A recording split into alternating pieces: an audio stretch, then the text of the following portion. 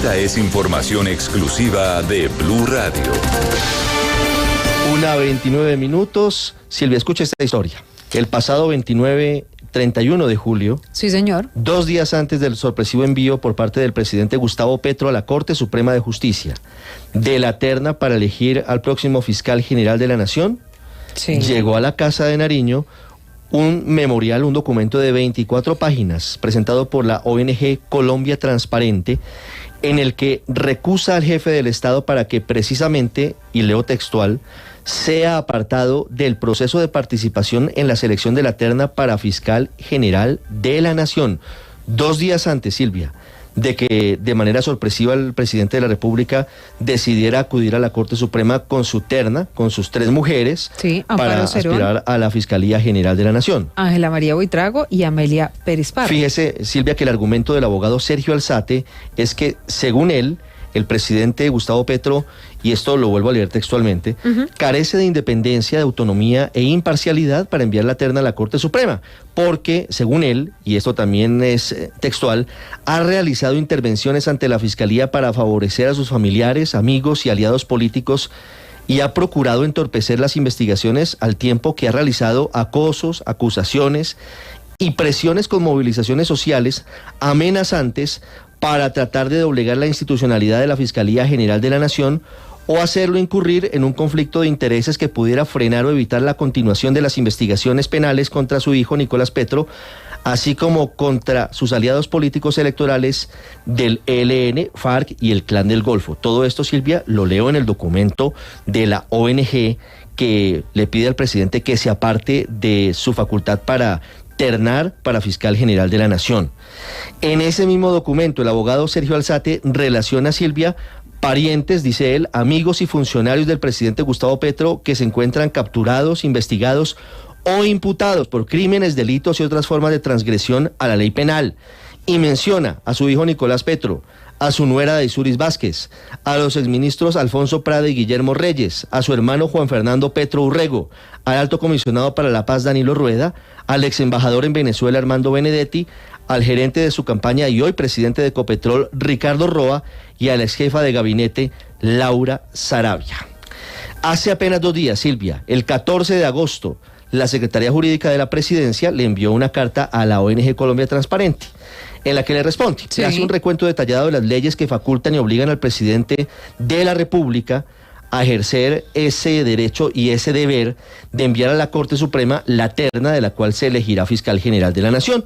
Y cita el artículo 113 de la Constitución, que delimita las diferentes ramas del poder público para concluir que la rama ejecutiva del poder público y la Fiscalía tienen funciones separadas y obran de manera autónoma, de manera,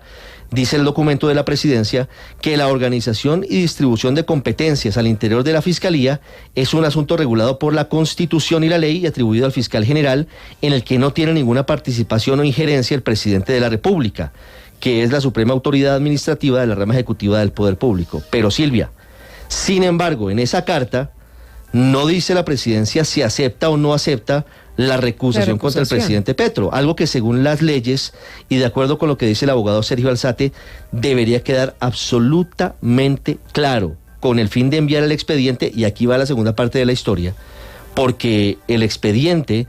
y la recusación, sea aceptada o no sea aceptada, muy probablemente no sea aceptada, Silvia, por la Presidencia, pero en cualquier caso tiene que ser enviado al despacho de la Procuradora General de la Nación. Esto según el Código Contencioso Administrativo en su artículo 2. Escuchemos al abogado Sergio Alzate para contarles a los oyentes la historia. Ojo, porque esto, Silvia, puede enredar la elección de fiscal general. Sí, pero sabe que me llama la atención, Ricardo. Tengo aquí la carta del presidente Gustavo Petro de la Corte Suprema de Justicia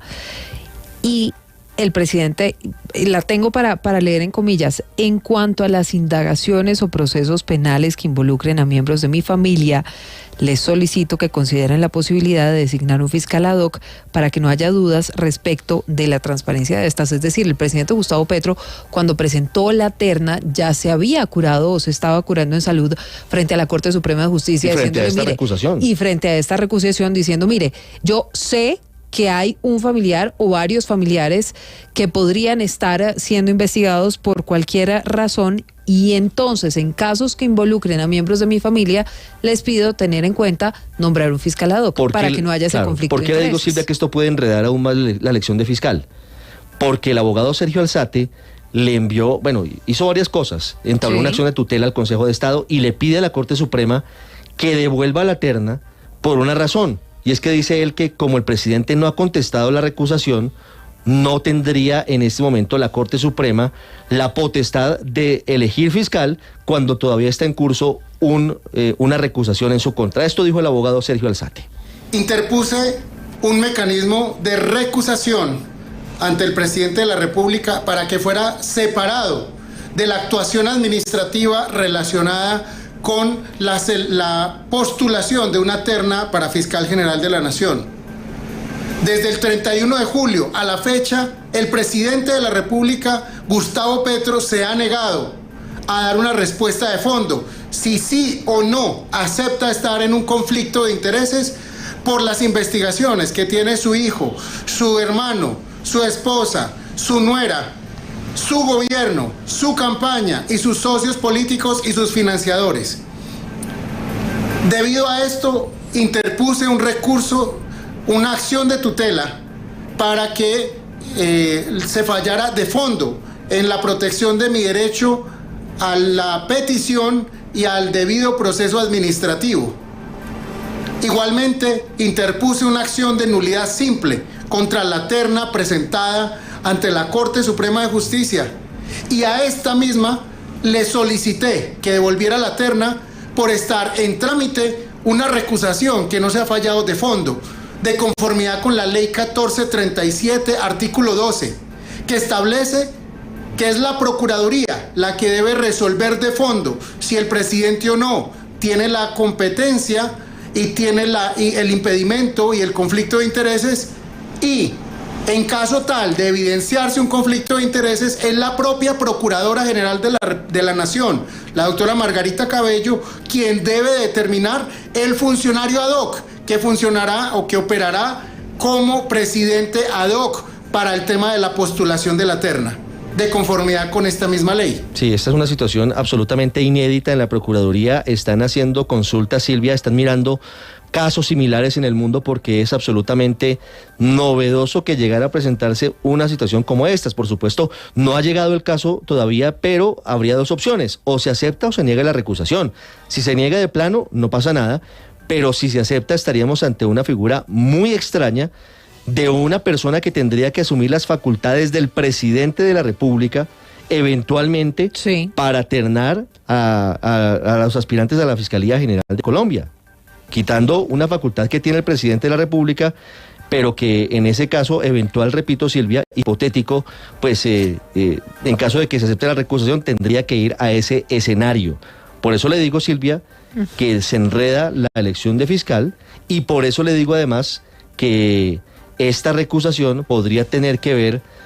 con la rápida presentación de la terna por parte del presidente Petro 2 días después de esta recusación ante la Corte Suprema. Ahora, no es la primera vez que se enreda un nombramiento vive enredado. de fiscal. Aquí han devuelto ternas, han demorado elecciones, han pasado muchas cosas. La noticia sería que rápidamente se eligiera fiscal y que no hubiera problemas, pero eso no es lo que... Veremos qué pasa, Silvia. En lo que habitualmente ocurre. Los detalles de esta noticia. Ya regresamos, 1:38 minutos.